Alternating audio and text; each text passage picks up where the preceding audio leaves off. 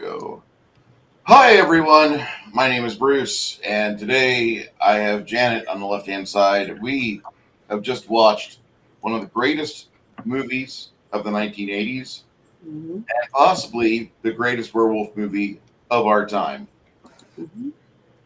Today, we watched a film called An American Werewolf in London, and rarely has a movie inspired so many people, but I honestly feel that this is one of the best films if you love,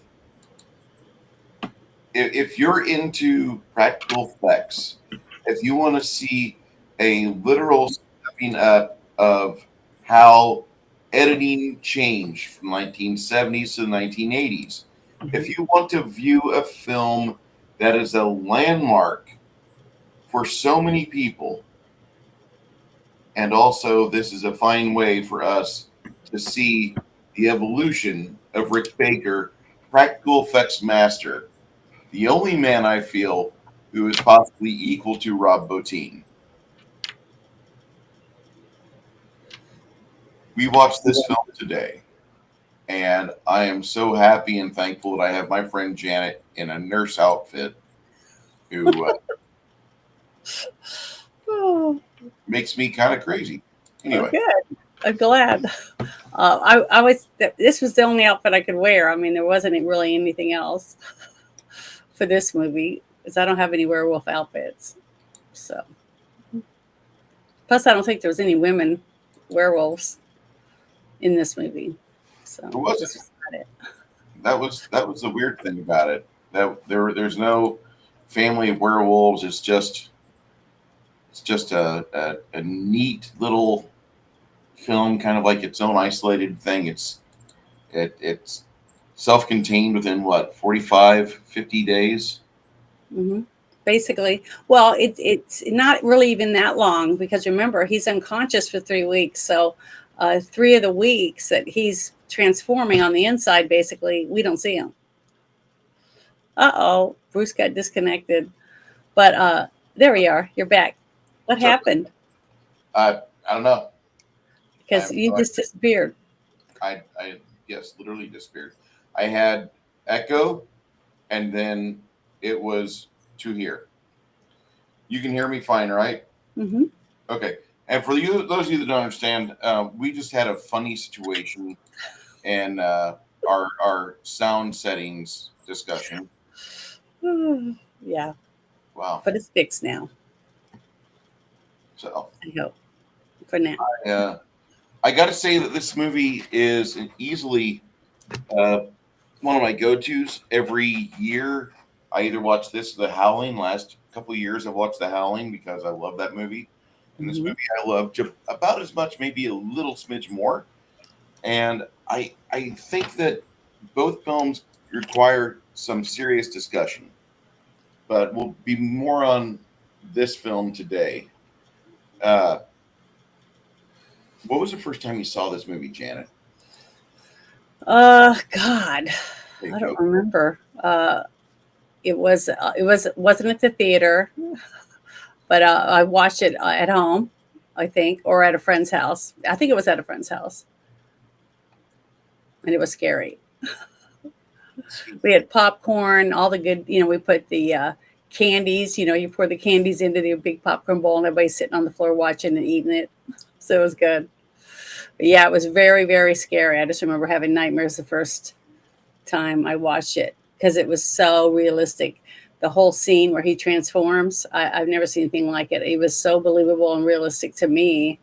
Um, I just thought it was horrifying. the worst part is that as much as other films try to emulate this and top it, I haven't seen one really do better. Like Mm-mm. there's some good practical effects in the 1992 Dracula film, not as good as this. There's a series of werewolf films from the 1990s that aren't bad. It's not this. And as much as I love Rob Bottin, his work with the bladders and everything that made The Howling so iconic, it's just not this. And it's close. It's the closest. and they're both movies that are 44 years old, which kind of Yeah, makes because sense. you're talking about The Howling, because Rick Baker, I had found some trivia about it, and it was talking about that John Landis had talked to Rick Baker about wanting to make a werewolf movie. And Rick Baker had been working on all different things, coming up with different ideas on how he would do it, if because he had already talked to John Landis about it, but he got tired of waiting. So after 8 years, was asked to work on. I think it was called the Howling or something. Let me look real quick and see what it says on the the Howling. And he started working on that, and that's when John Landis gave him a call and said, "Okay, you ready? I'm ready to do American Werewolf." And he went, "I can. I'm doing another movie." And he goes, "What the?" He was pissed. I mean, he was really pissed at him, and he said, "Damn it! I told you as soon as I got the money together to be able to do this, I was going to call you." So he ended up dropping and giving it to his secondhand man. I can't remember the guy's name. Rob Rob. Bottin. Yeah. Rob Bottin. He handed it over to him, and he said he would do talk to him over the phone and things like that, because he was in his head. He said he knew that the ideas he had for American Werewolf in London with John Landis, his ideas he was coming up with over the 8 years was starting to unfold in The Howling. So he was glad that he stepped away and went 100% into the American Werewolf in London, which I'm glad he did too, because damn, it was great.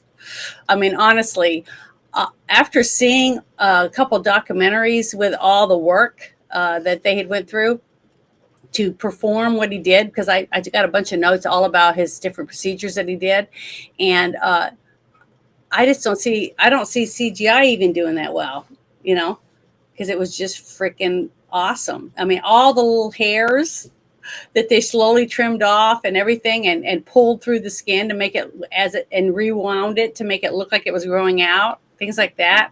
So many things that they did, one piece at a time, to make it come to life for what was it, 7 seconds or something?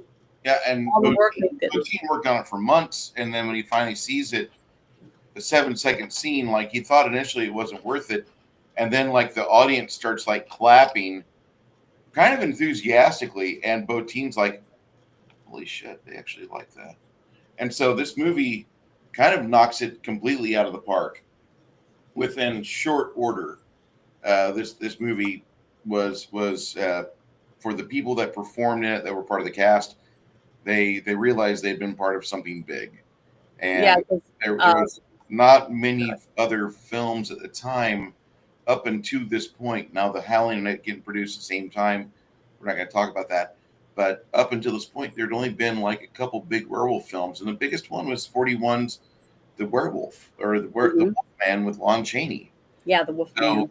so there was no real big werewolf movies up until this point. Now we've got like a good 10 werewolf films in 2025 we can watch.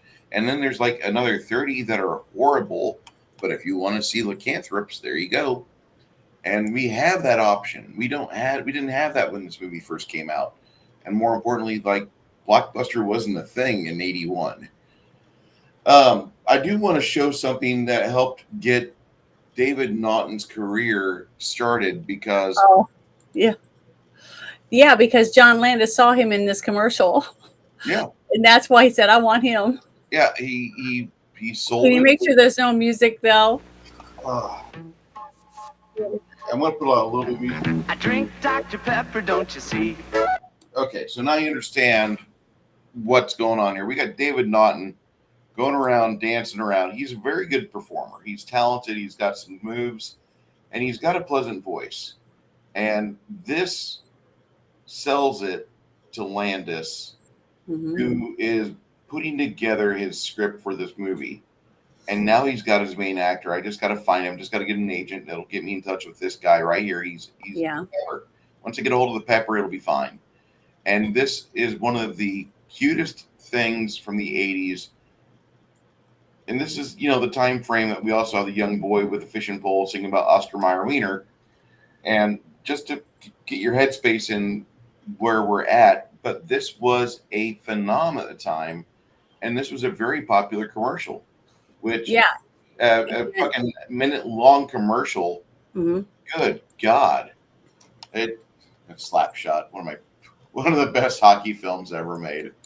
Okay, so you have that, and David Naughton is doing what he can to make his money, and then he gets a call from Landis, and so Landis and him start discussing things, and he's sold on the script. He's in. He doesn't even have to do a real interview. He just talks to him, So, and he's laid back. What was funny as part of the interview, he said, or normally you have to read and you have to do a video and do all this different stuff and apply for a position. But after his interview with Landis said, "I want him." it wasn't really an interview. It was more like just a phone call. Yeah. And I don't want to say interview because like there might be like 10 or 12 questions given. From what I understood, it was like an hours long phone call. Mm-hmm. They might not have only talked for maybe 90 minutes, but that's still a long phone call, and you can cram 50 questions in pretty easy, but more than likely it was probably only 10 or 12. And once he gets it down, once he hears David Naughton do various things, he's in. He knows he's got his guy. Mm-hmm. Naughton later on was on a show called My Sister Sam, and he was in some other well-received shows as well. My Sister Sam, of course, terminated after the young lead actress Pam Dauber's on-screen sister got murdered on her apartment or on her home's front steps by a stalker. That one of the biggest tragedies of the 80s was her having that sad end. Mm-hmm. That just and it's still today. You get stalked, even if you're not even famous, because she was just starting out. She was just a up and coming little actress, 22. and some guy traveled states and states away to kill her. Yeah, because he didn't want anybody else to have her. So the fact that you can get on Google and some other things and find out where people live and everything, it's scary. I mean, I've had threats, people saying they're going to slit my throat in the middle of the night and just horrible shit. And I'm nobody, but to get sick people that just think that they can do whatever they want.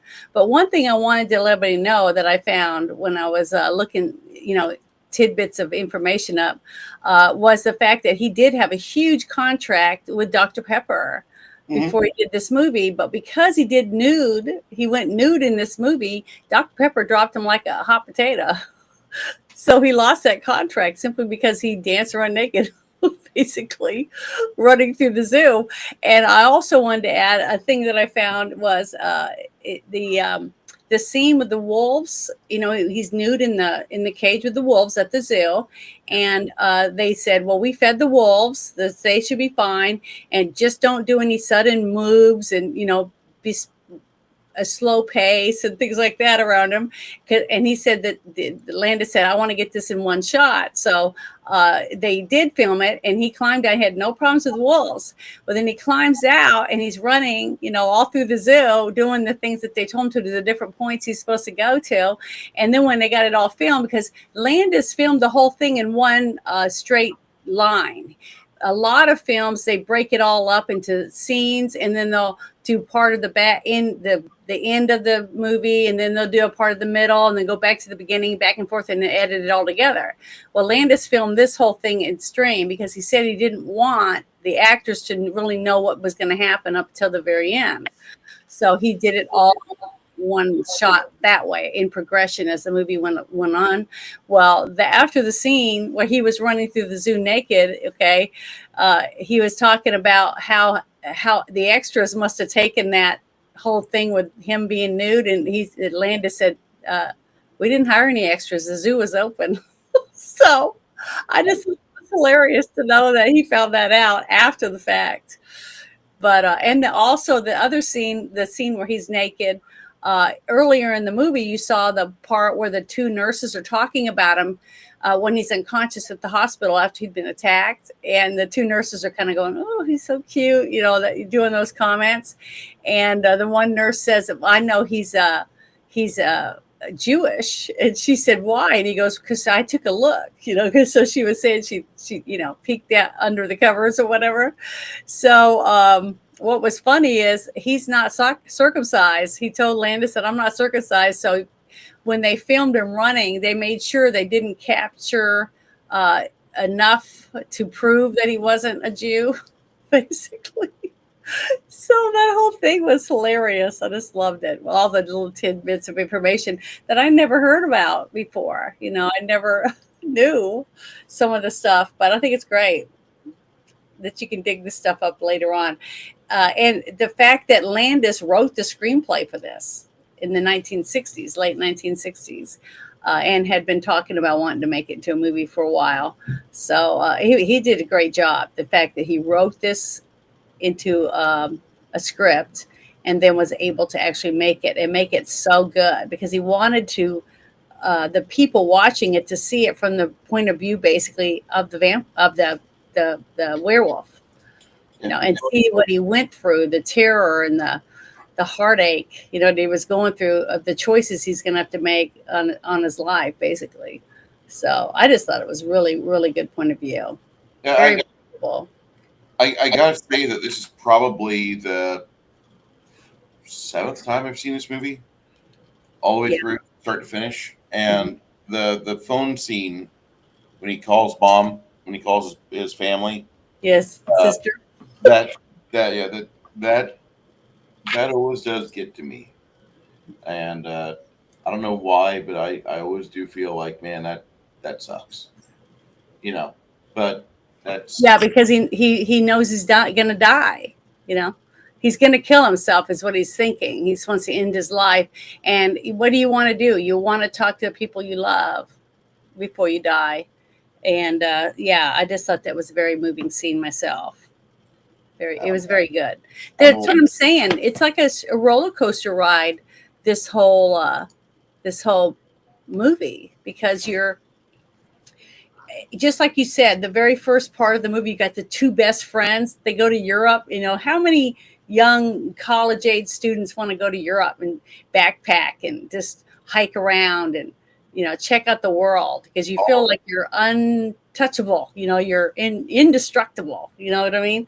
And then they go into that slaughtered lamb and they just feel awkward because everybody just stares at them like, and you're told how fun and nice the British are, but apparently they all like stuck up. That's what I felt like. I thought it was very, they were all rude to them, and that was sad in a way. The very first time I remember watching it, but they seemed like really good friends, that they, in real life, at least that came across, their chemistry for being friends. Even as he progressively rotted, his best friend, you could still feel like there was a chemical affection for each other as best friends. You know what I mean? Yeah, Did you feel that too? He didn't want him to be hurt. He just wanted him to, you're going to hurt everybody around you. You need to stop everything. And I thought that was really good, because you could tell there was like a genuine concern from one to the other. Yeah, that even though he was dead, okay, and he no longer was among the living, right? He was now cursed as the undead, basically, and which was weird to me. That's the only thing to me that I didn't understand about the movie, is because the lore says as long as the that's right, the werewolf line must be severed. Well, it wasn't, because he lived. So the link, even though the original werewolf died, okay, his blood lived on in David, right? So that's why he was stuck in limbo as a zombie. So but the thing is, he died knowing his best friend didn't realize who he was or what he was going to be. And plus it'd been 3 weeks. He was unconscious, having nightmares and creepy stuff like that for 3 weeks in the hospital, moaning, and he was lucky to be alive. And the fact that the people at the slaughtered lamb didn't want to tell people, want anyone to know, because they thought people would think they were weirdos or the laughing stock of England, that type of thing. So um, and what's sad is that when they were both laying there on the ground and you saw his best friend just torn to shreds. I mean, it was mutilated. It was just blood and shredded meat everywhere. Just tissue. Yeah, it was horrible. And then as he's laying there and he starts to go unconscious, he turns his head slightly and he sees the guy that got shot. Or someone that was shot. You didn't know. We thought it was a wolf or a creature or something. And when he looks, it's not. It's a man. And you see his hand moving a little bit, but you see the steam rising above the open wounds in his gut from the bullets, I guess. And then you can see the blood coming from his mouth and steam coming up from his mouth as he's dying, laying there dying as a man. It's now a man, not a werewolf. So you don't get to see the normal transition you see in the other werewolf movies that we've seen in the past growing up. If you love scary movies like I do, they transform. You see them slowly change back into a man as they die. Well, we didn't get that. All we saw was a man laying there next to him. So the whole time that he's in the hospital, you're still thinking, it's a werewolf, because if you saw the trailer, you know that there's dead people and stuff, right? And that they're torn to shreds. But the first glimpse you really do get of the werewolf, of him as a werewolf, is in the subway. Oh my God, the subway scene to me was so freaking scary. It still gives me I'm a clenched fist, and I'm so scared. But with that guy, he's running for his life because he sees what's coming for him, and you see it in the reflection in that one mirror thing. And it's horrifying. The creature they made is just, I just can't even, there's no words for it. It deserved an Academy Award, and I'm glad it won. I was thankful that the people that were in the Academy at that time actually cared about acting and stuff like that for making movies, for them to give him an award for this movie, because it was freaking awesome. That's all I can say about it. So, Nerdy Over's looking for the chatters. Yeah. I really find this movie to be just kind of a rebranding of the lycanthropy story, of the curse, of everything involving that. And I just find it to be a welcome change, because up until this point, like I said, we only had the Wolfman to really look forward to. There were other Wolfman movies out there, fucking Hammer's Horrors. The only thing that they made more of, I think, was maybe Frankenstein and definitely Dracula films, but Wolfman films were pretty popular, the Wolfman stuff. And they even made Silver Bullet, The Howling, and then I'm trying to remember the other ones. Later, Silver Bullet was later. All that stuff was later. Yeah, I know, but I'm saying since the other old werewolf movies were out. Yeah. And then they even have some newer ones that I haven't seen yet. There's about 10 really good werewolf films that are worth your time. And then there's about 30 to 45 that are going to be on a TV and you're going to occasionally look at, but they're not worth following all the way through start to finish like this. This is like the A tier or maybe even S tier of films where we have a movie that has yet to be beaten in its genre. Mm-hmm. And that's just my own perspective about it. As far as lycanthropy films are concerned, there's not a better one than this. This does it for me every time. And The Howling is so close to it. It's just a little bit less. And that mainly isn't even Joe Dante's direction. It's not Rob Bottin's lack of experience compared to Rick Baker's decade that he had at the time, I believe. Both those men are still alive and well. But I think this movie here does such a good job with its narrative, its tight pacing. The editing in this movie sends it above and beyond. This is one of the best edited movies I've ever seen. Yeah. To go along with the music, the dialogue, the seamlessness of how it unflows, it's just phenomenal. You can't even tell that it wasn't all filmed at once. It's straight through. You know what I mean? Mhm. That's how good. When you have a good edited movie, that's basically you have nothing that takes you out of it. You know what I mean? So it was phenomenal. I think the whole group of people that John Landis chose to put this movie together. What's interesting is the fact that he wrote the script, okay, in the 1960s, the late 60s, and then found people, was already talking to the special effects people and stuff like that before he even had the money to make it, because he was so excited about what he could see this coming, what this was going to be, and what he wanted people to see, right?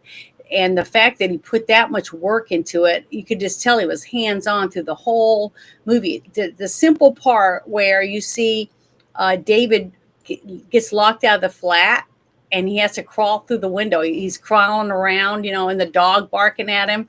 And then he's crawling on the windowsill that goes out. It's a round window.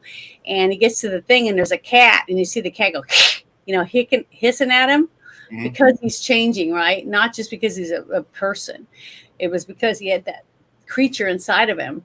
But the fact that the director said, "Let's make the cat hiss," right? So they took another cat and held it in front of the other cat to make it hiss for that part of the movie.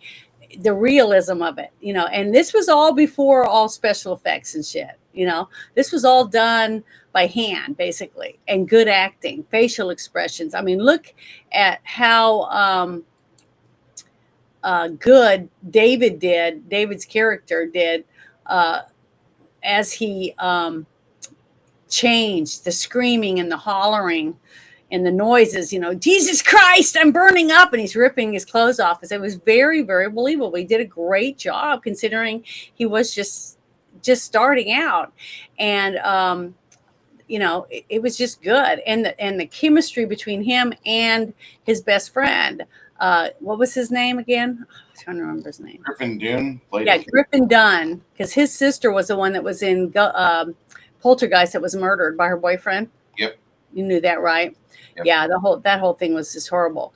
But the chemistry between them and the fact that he had a crush on Jenny Auger before he was in the movie added more chemistry between them two as lovers, swayed in the night. And when she's running, this one scene I just thought was so good. It was, even though it probably would never be able to happen in real life, I felt it could, simply by the fact of the way that I felt for her, knowing that David was there. She didn't know for sure whether he changed into a wolf. She didn't see him, right? Yeah. She just knew that he thought he was going to turn into a werewolf. So she was running into gunfire, basically, with all those people that had guns, because she knocked them over when she was pushing her way through. And she's, let me through, let me through. And it sounded, and she acted really like somebody who was madly in love with someone who knew they were going to die. And if she didn't get there and save them or try to. And when she gets there, right as they're shooting, or right before they shoot, and she says, I love you, David. And when she said that, and you see that the wrinkles come out of the eyes of the werewolf, like he had a slight cognition of knowing who she was and that he felt love for her before he was about to pounce and they shot him.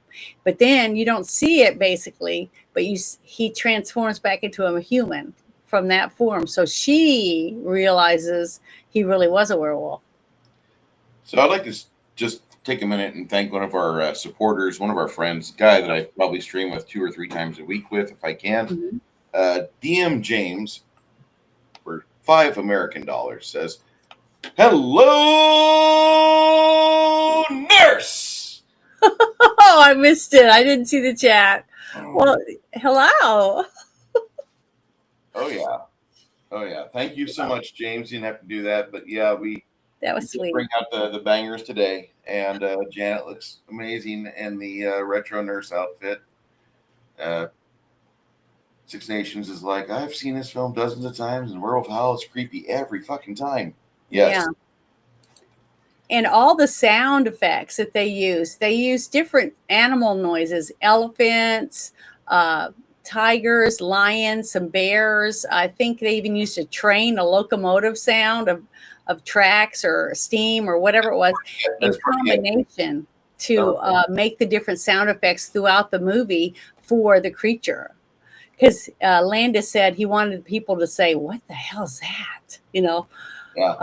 And he wanted the amazement of people, to the intrigue, and also the whole thing with John wanting people to not see too much of the creature, simply because he knows the imagination is greater than any film, right? Yes.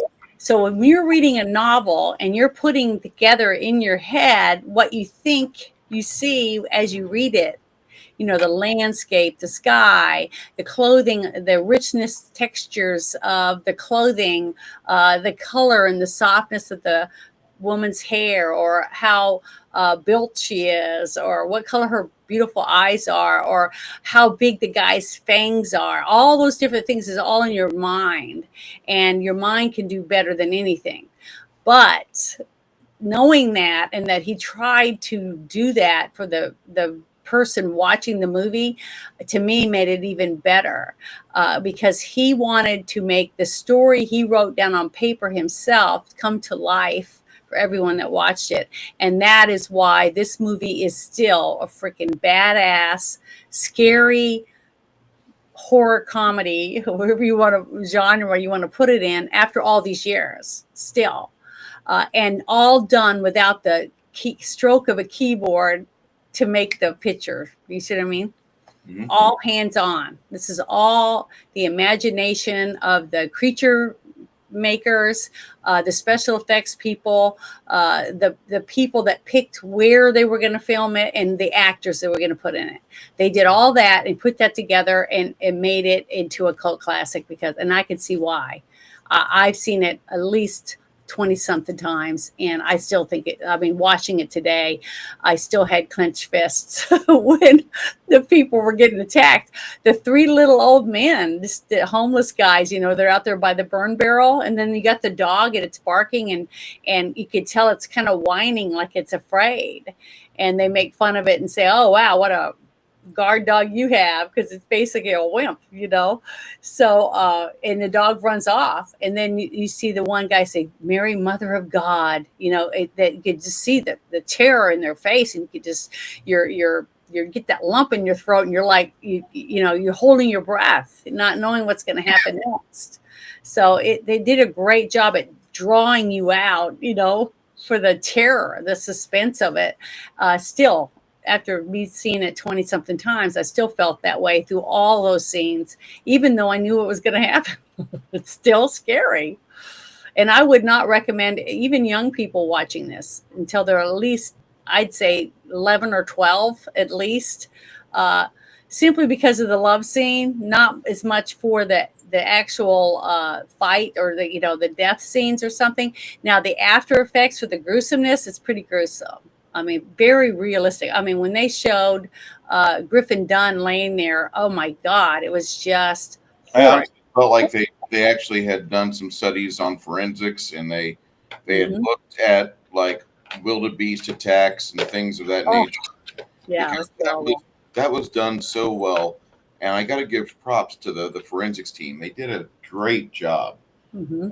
of reporting that. Uh, Yes. Coco, you have a great game with Doc Flamingo. We love the big man, and hope his game is great fun for you. Thank you for stopping in. We appreciate you. Ironic how David Kessler tried to get himself arrested using offensive language and failing. He'd be Yes. or more if it was done today, sadly. Yeah. Mhm. I mean, all they have to That's why they added, because of that scene with David Nottingham saying that Prince Charles is a fag, and all the different stuff, the do. Queen Elizabeth is a man. He was saying anything he could think of that was offensive, because he was wanting the police to arrest him. And that's why they put what they did at the very end of the movie.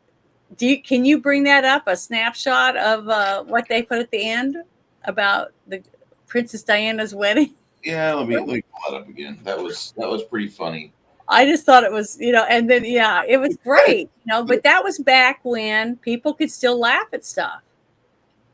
They could say things like that and do things like that, like the fake porn they made. They made that porn while they were making this movie, the fake porn to put into the movie at Piccadilly Square. There was just so much detail that he went through to make this movie as good as it ended up being, because he covered all the bases. You know what I mean? He's the one that wrote it, so he knew what he wanted and where he wanted it. But you can also tell he let the people he chose to do the different things do their thing. Like Rick Baker, he let Rick Baker and his team come up with the ideas and stuff. And Rick Baker said he kind of felt bad that when he found out only 7 seconds of all that work that he did was in the movie, but that when he went to the movie theater and sat amongst the people watching it for the first time, and the people were clapping and cheering and screaming and all the stuff to the movie, it made Rick Baker realize, I kicked ass, man. We did a great damn job. Then you could see him when he, if you go back on YouTube and watch the videos when he wins the Academy Award, he's almost glowing. He's got an aura that's just so bright because he's so happy to see other people wanting to show him, damn guy, this is phenomenal, It's nice to be recognized for the hard work that you do, But guess what? John Landis saw it way before any of us did. You know what I mean? Mm-hmm. Saw his potential and knew that he was the one he needed for this movie to make it what he wanted it to be. And he was right spot on when he picked him. So, he knew what he was doing. So anyone that says, oh, he was just lucked out, I don't think so. He had him 8 years earlier. Oh, that's his pet? Yeah. This was the dog that was the inspiration for the look of the werewolf, by the way. Yeah, because that's what Rick Baker's pet looks like. These are a little 40 to 50 pound fur ball. They've got a definitely distinctive bark.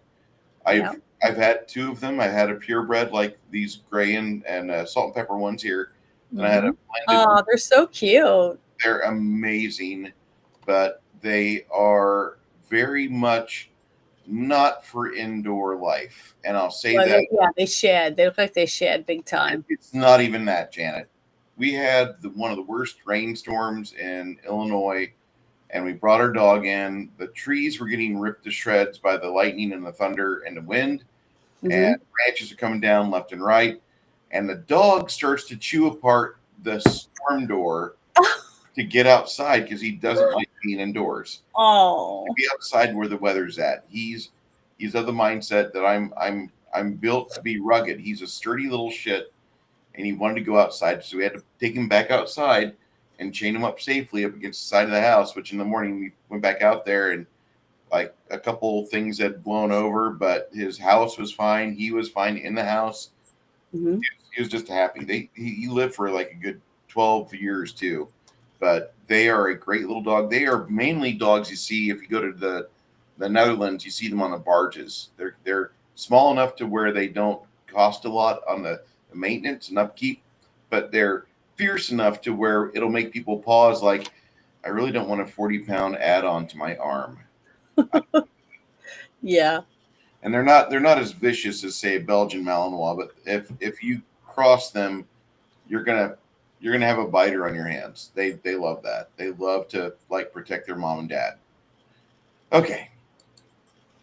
So yeah, I saw that. I looked up that trivia that said that he had one of those and he was trying to make it resemble that because it could be a little tiny werewolf.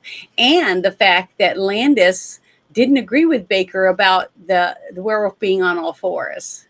Landis was thinking of a werewolf that was standing up on 2 legs. So the fact that he let his man, the man he handpicked 8 years earlier, to pick and do his point of view on his creature that he created in his mind shows you what a good director he is. He trusts his people around him. That's right. And that's why his movie kicked ass. There's a It's lot the of rest of who he reasons. had. A lot of reasons that people don't like John Landis. I get it, but I like John Landis because when he's allowed to have an environment that he will be able to photograph, whether or not fucking him up, he makes a good product. And Mhm. this movie is direct is an absolute joy to watch, and it's almost a boilerplate testimony of this is how you should actually direct, because he doesn't really get in to everybody's business and get over their shoulder and micromanage. Instead, he just kind of dictates, like, I need this product, I need this product, I need this product. Well, that's what's good about Yes. when you're building a house or you're going to do anything, something like that, or you're going to have a wedding dress made or anything. You want to get the best you can, the best seamstress to make the dress. You want to like what they've made in the past, that type of thing, right? You're hiring them because of what their abilities are, and you trust them. You tell them this is what you're thinking you want, and what can you do, and then they'll do some sketches. That's why you have storyboards and all the different things like that, right? So Landis, I'm sure, had some ideas of what he wanted, and I'm sure Baker showed him what he wanted, and that's when they bickered a little bit. But when he got to go in and see what Baker had and filming it and watching it come apart, I mean, it's just so good. Have you got any pictures from the website showing the scenes of behind the scenes camera pictures of them working together, like when he's on all fours on the ground and it's not really a person, it's a puppet, like, and they got their hands and stuff in there?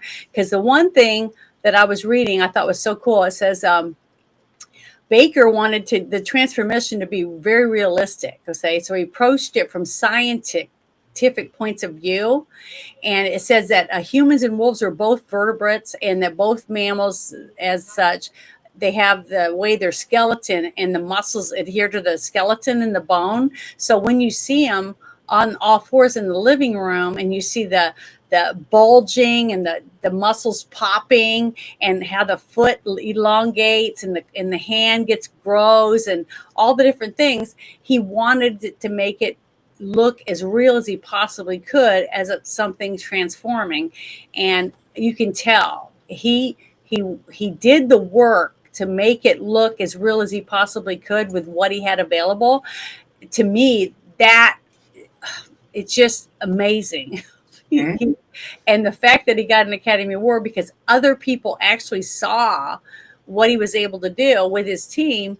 And then he had all those young people, working for him, that were just eager at chomping at the bit to get to work with Baker. I mean, that is like huge in that industry, to be able to work with people like that, or to even be able to work on a film with John Landis. I mean, they earned that. They earned that pedestal that they're on, and it paid off for both of them, and also for the actors that were in the movie. Because I can tell you right now, even though they're it's years and years older now, and you probably wouldn't even recognize it, anyone that would recognize them would be saying, "Wow, beware the moon," or whatever when they see them, I'm because it's I'm so pretty sure I phenomenal. would recognize Jenny Gutter. I Well, I've yeah, watched her enough in movies that I've pretty much committed to the fact, like, I could see her aging, and I could see time getting a hold of her.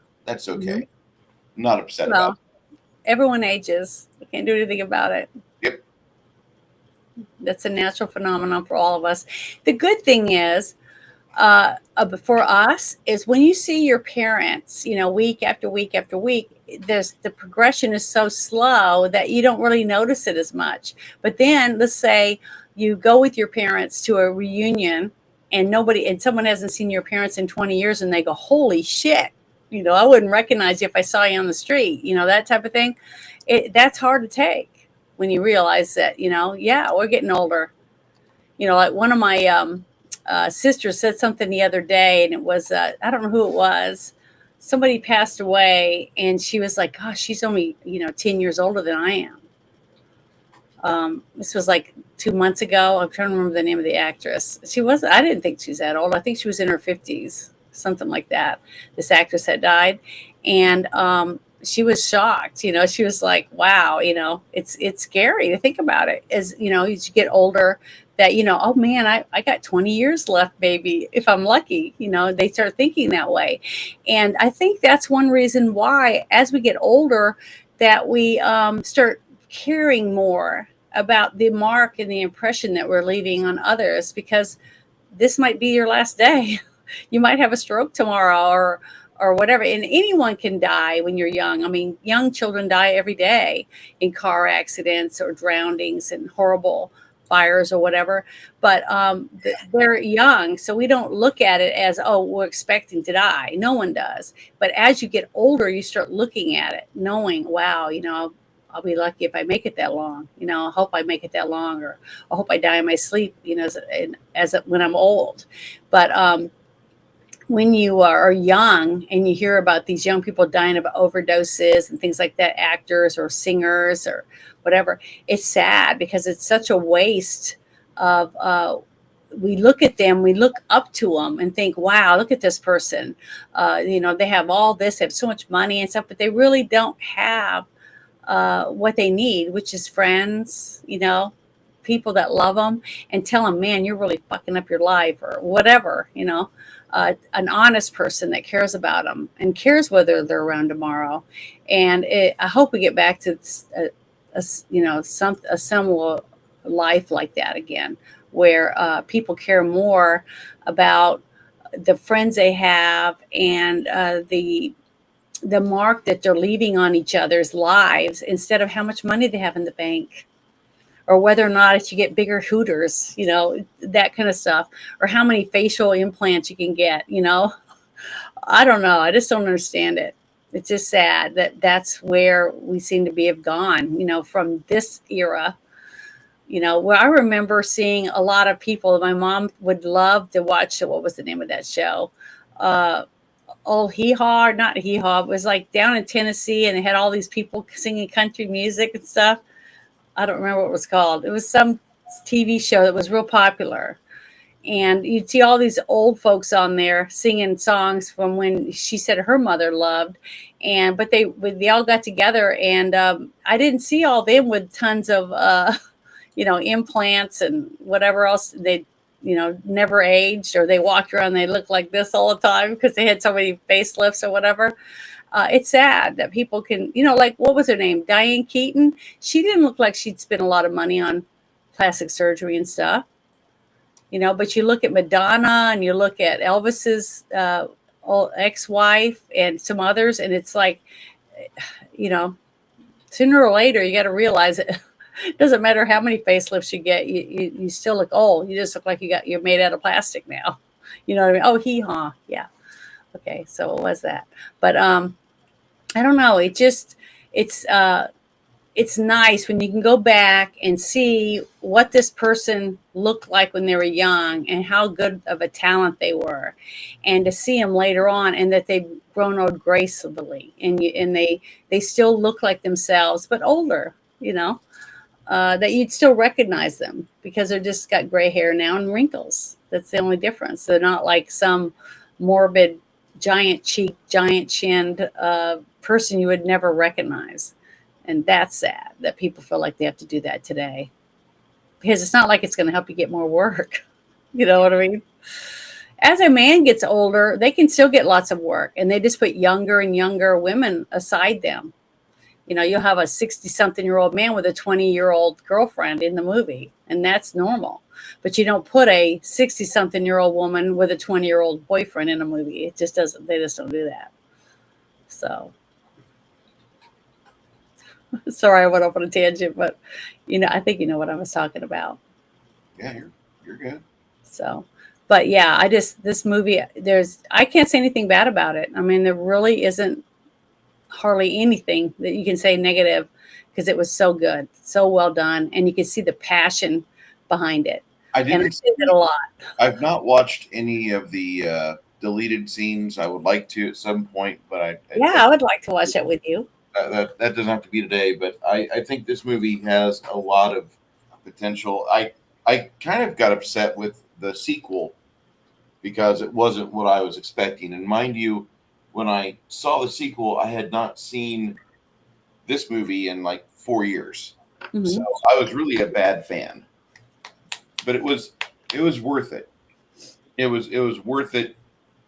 It just wasn't the sequel that I really thought they were going to make. I was expecting more, but it was okay. Like when you look at it from the standpoint, it's a movie, it's good.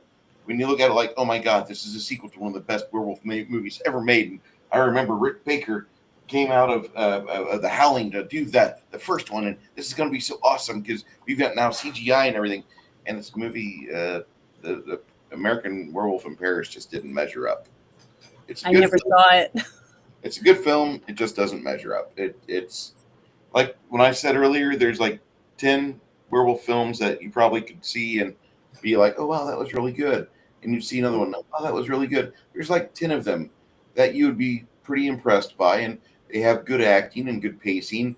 And they've got something to add to the lore and the mythology of the lycanthropy. This is one of them. And Yeah. American Werewolf in Paris is definitely one of those films. It's in those movies that there's 10 that are worth Can it. I ask you a question about it? Because I've never seen it. Go ahead. Was she pregnant? No. Oh, okay. I was just wondering if it went on that direction or I, not. I don't remember her having a child. I But she's in the second one. don't believe so. Oh, I don't think that Janine Gutter's in it. okay. I was just trying to, There's a different young lady that's in it. I'll pull that up in just a second. But yeah, to me, most of the movie does focus around the werewolf because that's basically what it is, and his transformation and his struggle on whether or not he believes whether it's real or if it's a psychosis he's going through. Like everybody else looking at him, even the doctor that's trying to get him to come into his care the next night for the second night of the full moon to keep an eye on him, basically, to see what happens because he thinks he's just having a psychosis or something. It isn't until she sees him shot and killed in front of her that she realizes. Even though we don't have to see it, we don't see him really transform. We see him dead, as a human, but she saw what happened, and when she realizes he really was a werewolf and she still told him, I love you. See, that just right there, guys, that proves that women can accept you no matter what you look like. She's in love with you. She doesn't care. Yeah, the girl that plays Julie Depley, she does have some furry tatas, though. I will agree with that. I didn't see it. Was a woman werewolf in that one? Yeah, there's a Maybe you have to put that on the list then because I haven't seen it. Are they British actors? It's more Parisons. Or French or whatever? Oui, monsieur. Those people. There's better French movies out there. Like Aren't the French like really into like sexy stuff, movies and stuff? Something? Okay, this is warning alert tangent. The French are really good at providing you with more hair in your mattress after fucking than any other. Are they the ones that don't shave under their armpits and stuff? Yeah. Oh, ew. Yeah, I'm not into. Well, for women to have hairy pits or hairy legs and all that stuff, I'm not into that. But if you're into hair, I guess more power to you. Whoever likes that stuff. The CGI in that movie completely ruins it. I think if it would have been all practical effects, it'd been fine. There's some really good lycanthropes in it. The better lycanthrop movie than fucking American Werewolf in Paris is Underworld Part 1, even Underworld Part 2, or even Underworld. I loved Underworld. The I third thought the concept was really good too. Those are supposed to be on the list too. Yeah. Underworld, at least the first one. It's got Kate Beckinsale in it. I'm sure it's on there somewhere. Might have to look for it real hard with invisible ink, but it's fucking there. Okay. I like that movie. Mm-hmm. But yeah, there is a documentary, a couple of documentaries on the making of this movie, and they're all worth watching, every single one of them. So if you liked this movie at all, and you want to understand the work that these people went through to make this movie as phenomenal as it is, it's worth watching these documentaries. They're great. I mean, I think I might even do a special, but I'd have to only do it on Rumble and X because YouTube wouldn't let me do it because it's, trademarks or whatever. But it's definitely worth watching. It's, it's just really, really good. It's very informative, but the detail that they go into to make everything as realistic as they did without CGI is what makes this movie so good and why it won an Academy Award. I thought it won multiple. I was trying to find that before we came back, before we went live, but we had all those technical problems because of, I had my thing volume down or whatever it was. I couldn't hear you. So I just thought that's important for people to know if you want to watch it, to find out about it. It's worth it.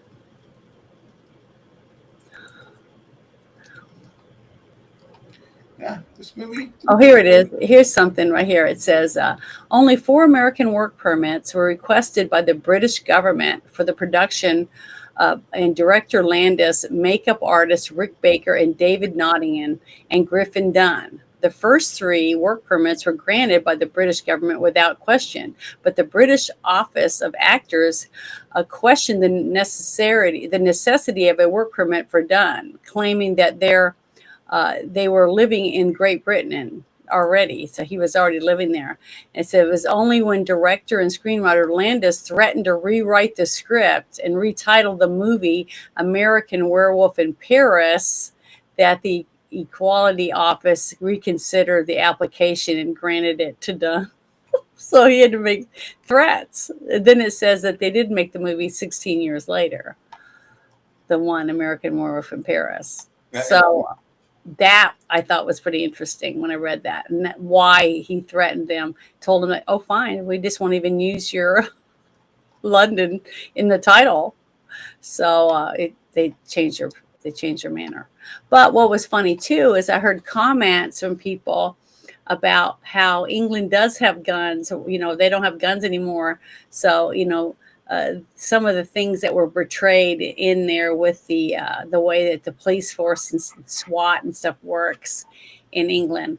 But one thing to me that was very impressive on top of it, when it came to the stunt people, not just the special effects and the makeup artists, was the fact that the work they had to go through just for that one huge car pileup scene outside of Piccadilly Square. Mm-hmm. That was a lot of work. Look at all the people flying out of windows and vehicles hitting each other and flipping over and stuff. Fucking double-decker bus. I mean, that the drivers for those are supposed to be really talented. I've not seen that myself, but I've heard. Mm-hmm. So I'm pretty okay with them trying their best to make one look like it is out of control and it could tip over. Mm-hmm. They did a great job, I thought, considering how much did you say that it cost to make this movie? $5.8 million. $5.8 million. Yeah. And look at the details in this movie. It's freaking amazing. And now it takes $300 million to make a shit movie like what was the name of that one with Captain Marvel or whatever? It sucked.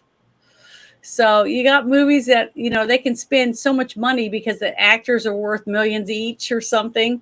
And they pay, here's a few beans for you, the makeup lady, and here's a few beans for you, the wardrobe person. But we got to give millions to the actor. And that's where the budget goes. It goes out the window. I mean, look at the great movie that you got me to watch. What was it? Darkness Rising. And it had a teeny shoestring budget. And it was great. It was a very entertaining movie, and it was wonderful. And it just goes to show you the money isn't, it's the passion behind the movie. If you have actors and you have people that want to see this movie come to life, they're willing to take less money just to get it made because they believe in it. But then you can take another movie and throw millions and millions of dollars at the actors and the director, and it can be shit. So it just goes to show you, if you don't have passion and love to see this movie come to life, it probably not going to be very good. So money does not make a movie. Just like what we saw, what was it? The Cutthroat Island movie? Yep. It was great. And it started out in debt. So I'm just saying, money doesn't necessarily make it a blockbuster movie. And this didn't make money at the box office, did it? Or did it make a lot of money? 10 times the fucking box office. It did? Yeah. This Oh, movie, great. hold on. This movie cost $5.8 million. Mm-hmm. In return, it made $62 million. Great. See, it doubled. No, it went times 10. Oh, that's right. That's right. 5 million. I'm sorry. Yeah, that's great. I mean, that's awesome. And that was in 80 something? Yeah. What was it? 87? I'm trying to remember when it came out. 81. Yep. Wow. That's a lot of money. That's a shit ton of money for 1980s. And that might have, I guess they would have thought maybe for a horror movie that $5 million was a lot. But honestly, I don't see it. Looking back now, I mean, the frivolous waste of money, like what you said the other day, it was a movie that you said, you can't believe that anybody spent any money to make this movie, but it got made. What was the name of that one? We were talking about during the game yesterday. Oh, God damn it. The one I had a problem with was the one we just watched last week, Meet Joe Black. Yeah, no, it was before that. It was a different one, but I can't remember. you were talking about it and you wanted me to see it. You said it's a bad movie, but it's good. And you showed a tiny snippet of the guy coming up on the roof or something, the room or something, whatever. Oh, The Room. Yeah. The Room. That you were shocked that that someone spent money to make it. I mean, the guy that acted in it, directed in it, wrote it, he's the one that funded it. He's the one that funded it. Mm-hmm. You don't know what the fuck he did before in whatever Eastern European country he's at, but he was from. But he came over here. He made a horrible movie, and now he's a infamous guy at late night movies. But he doesn't understand that people still don't like his movie as a market quality. It's. I never heard of it, so I thought it was funny. I still haven't heard of it, but you said you were going to put it on the list to make us watch it or something. Yeah. Are we? Yep. We're going to watch that, and then the next week, we'll watch The Disaster Artist. So what are we watching next week? Hold on. Because we're supposed to watch scary movies, right? In the month of October. Next week, we're watching Bram Stoker's Dracula from 1992. Another great movie. Yeah, I'm excited about that one. Yep. Get to be a fan. You're gonna like that movie, and then you're gonna like the first movie we do of November. Then you're gonna possibly like the one in second week in November, because that's Deception with Ewan McGregor and Wolverine. That guy. Uh-huh. But Jackman. Yeah, I didn't see Swordfish on the list yet. It's on the second. Okay. 2nd of November. The last week of October is my movie. Yeah. We're gonna watch a really bad one. Oh, hi, Woke Breaker. Thank you for stopping in. I appreciate it. Hope you're having a good day or a good weekend. Hey, Daniel, how you doing, sir? Mr. Kearney, Six Nations. Hello, everyone. Prohibitive. Yeah, it's hard sometimes for me to read the chat, you guys, because the way it's set up. I have to go to my own thing on my phone to read what's in my chat. So I haven't seen Ghost Story yet. Yeah, next week is Dracula 1992, and then the week after that, Pooh, Blood and Honey. Pooh, Blood and Honey. Oh my God.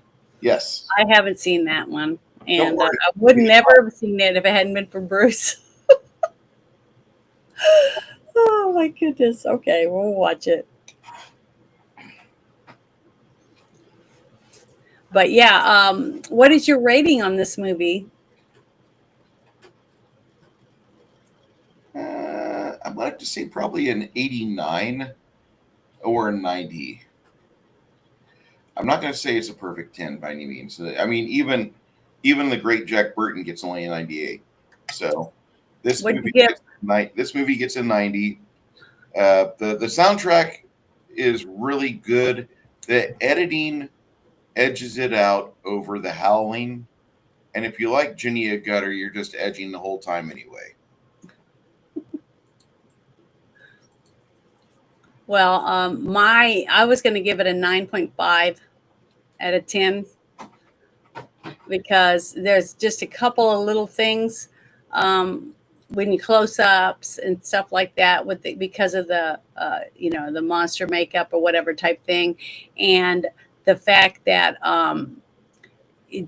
something that I know why they did it, but to me it still didn't make sense. The fact they left the door wide open all day after we went back in the apartment, things like that, and that nobody came down to check on him when he was screaming at the top of his lungs in an apartment. So little things like that to me that took me out. Like why isn't anybody coming? Or something like that.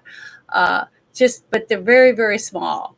Nothing to do with technical stuff. I didn't see anything wrong with editing. The acting was phenomenal. The sets were great. The makeup was fucking 5 stars. I thought the directing was really good, and it was just little subtle things like that in the story that I had a problem with, and that's why I didn't give it a 10. But this movie is still just as good as it was way back, I guess, when I first watched it. Now the only thing that makes it age was the phone. Like when he's calling her apartment Yeah, and see the phone ringing. yeah. That was one of the only things that brought me back to the year that they had phones like that. But besides that, the buses, the people walking through the city, the tourists, the porn in Piccadilly Square, things like that, it's still there. You know what I mean? So that didn't take me back at all. It was the actual phone on the desk that was the thing that aged the movie for me. Even the clothing wasn't so far-fetched that wasn't believable. No, So I thought it was just a great movie.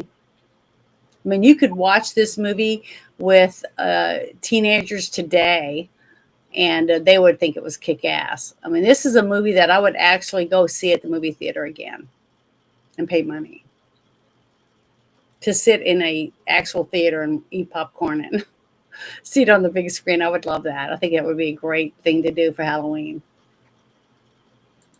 yeah.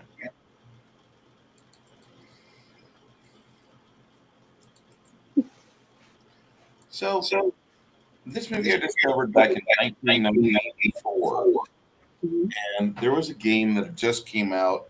It was a companion game to Vampire the Masquerade, and I was really interested in the Werewolf series.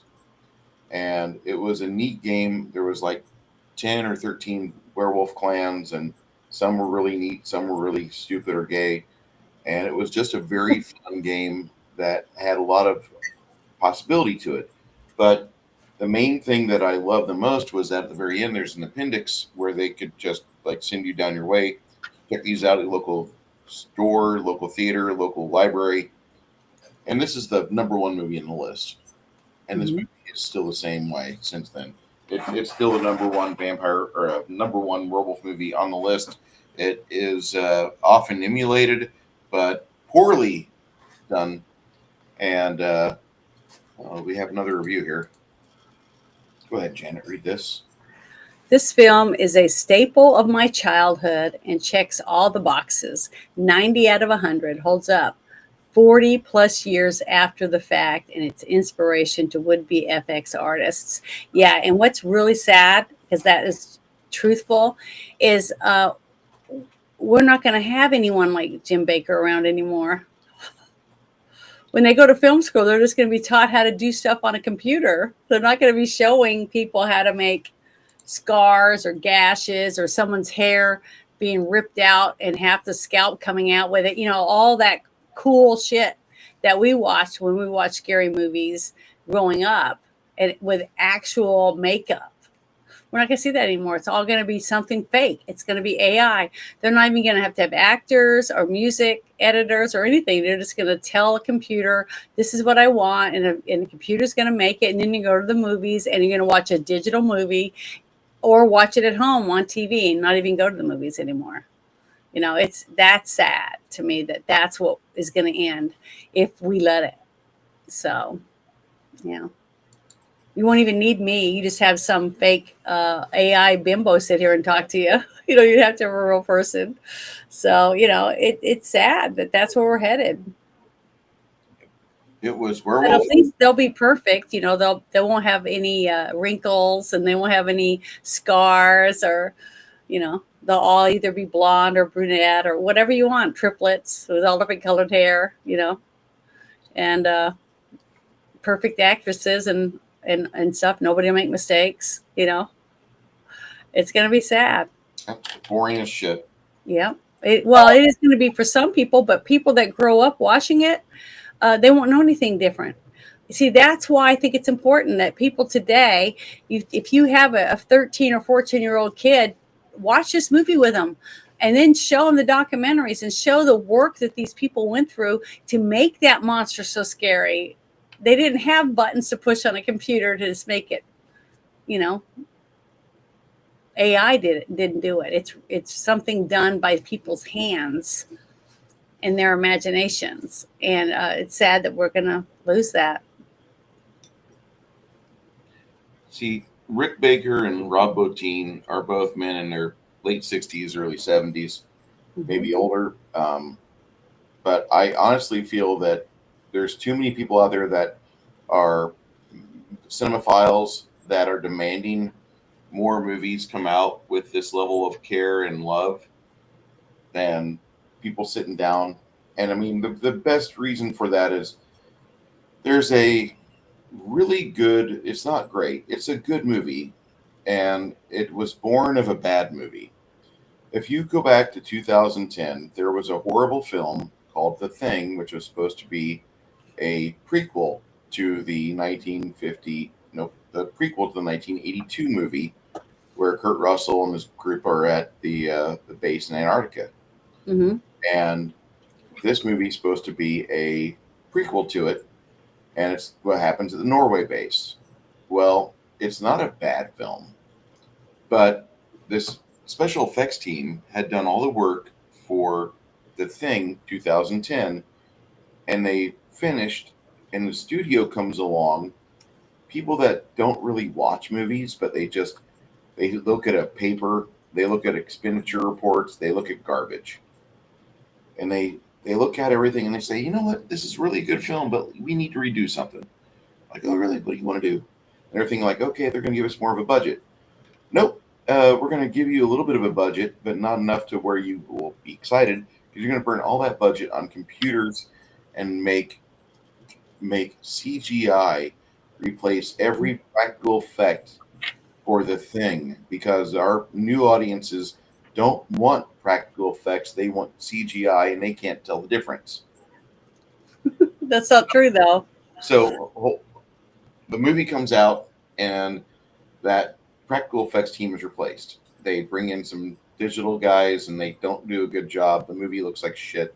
It's one of the when I'm finding myself rooting for the movie projector to break, not a good film. And the last act of the movie, I was absolutely pissed. I despised this movie. I hate it. This movie rates as low as G.I. Jane at 25%. Fuck this movie. The practical effects guys understand that they've done a really good job. And they made the best movie they could with the money they had, and they were willing to show their work. what they did was they had an idea to make an isolation thriller like Aliens or The Thing, and they put it up on Kickstarter, and they called it Harbinger Down. And so Harbinger Down is about this trawler that's out in the Bering Sea that grabs a Russian satellite off an ice floe. It's fallen, it can't get up. And they find on this Russian trawler, or on this Russian satellite, there's tardigrades, which are little microscopic Russian bears. If you know what I'm talking about, it's great. Mhm. These little microscopic animals have been radiated, and they can survive in any environment basically. And these here start to mutate and grow. So it's a really good practical effects film because these people are not at the top of their craft, but they're really good with what money they've got. And I would recommend this movie to anyone who likes isolation thrillers. Shutting Her Down is great, and it came out as an answer to those of us that had to question, what the fuck are you thinking of making a Thing movie with CGI? Fuck you. And that was kind of how it was. This Harbinger Down came out, and they're like, listen, we're the original team. We were supposed to make this great movie for the prequel for the Norway base.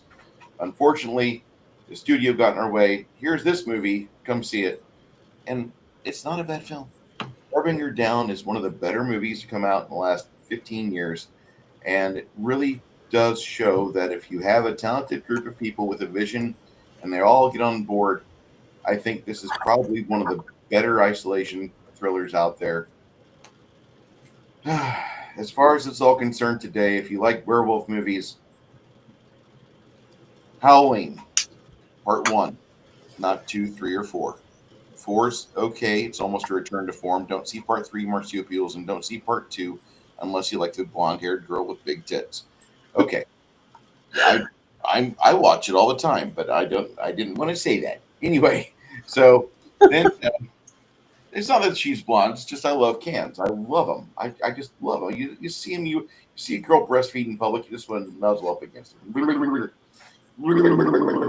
Okay, so that's the Howling is a great movie. This is the best werewolf film.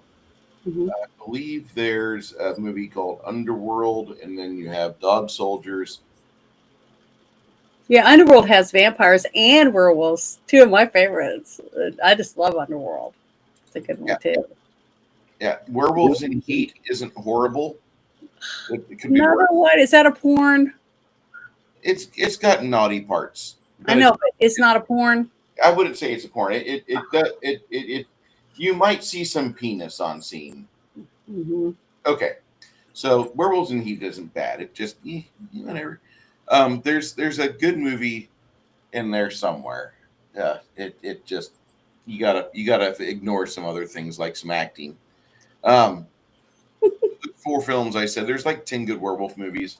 I just gave you 4. One of them being the movie we reviewed today. I recommend you see those.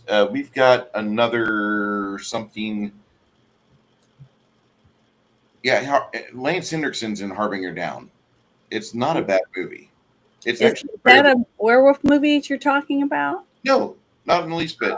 It's a Okay. movie where they grab a satellite off a ice floe and there's little radiated bacteria bears on it, and they turn into something else. It's a naturally occurring So they're creature. like nanobots. No, not nanobots. Oh, They're okay. like the little tardigrades. Hmm. Hold on, let me. I'll have to get you a photo of this. You've seen these before. I know you have. I think 90% of you have seen these before.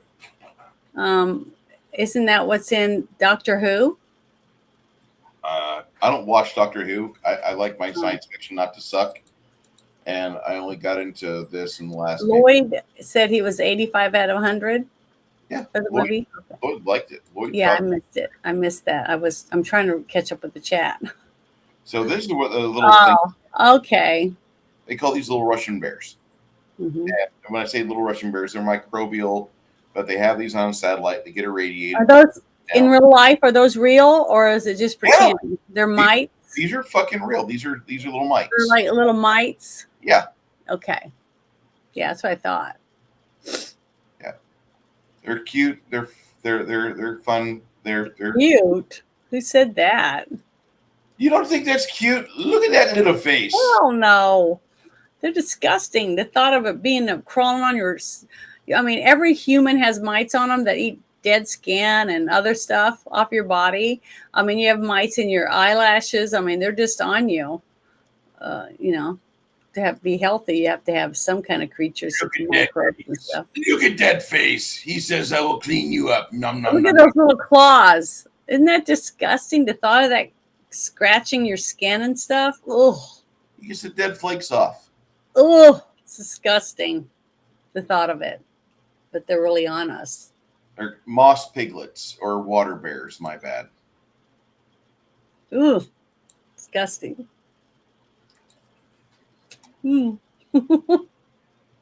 But, you know,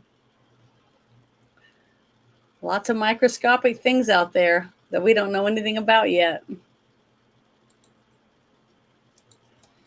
Yeah, that's true. Anyway, so go see this movie, American Wolf in London. Or just rent it. You can just rent it now on your TV. Find it on the interwebs like I did. Archive.org has that and a lot of other classic films. If you have any questions, go ahead and throw them in the comments. To our friend, Baby Bear, or what is it? Little Baby Girl, we really appreciate you. And if you have any questions with anything, go ahead and drop them in comments as well. Jackie Blue, thank you for showing up today. Lloyd Christmas, 31 Nations, 6 Nations, 31 Kings. And of course, our supporter for the day be Mr. James. And there was another $2 donation we got today as well. I apparently can't. At tapeworms. That's disgusting. What? But that is funny. Hello, nurse. Okay. Any other questions you have, go ahead and drop them in chat. Drop them in the comments. We'll be back here next week to watch Dracula 1992, one of the better movies that Gary Oldman's been in. Yeah, really scary. Amazing film. Anyway, from both of us, thank you so much. Go ahead, Janet. Bye, everybody. Thank you so much for hanging out with us. We really appreciate it. Because Bruce and I really love doing this. Even if nobody watched us, we'd still do it because it's fun. I mean, But basically, it makes it more fun when we have a good chat that actually interacts. And I know that there's other people that never say anything because later on they might say something, that about our review or whatever. But it's just nice to see you in there because we can see numbers, but we can't see who's in here unless you say something. So it's nice when you guys at least say hello or whatever. Or that you give us a thumbs down or something so we know you're around. But we really appreciate it. And thank you so much for hanging out with us for a little bit today. We appreciate it.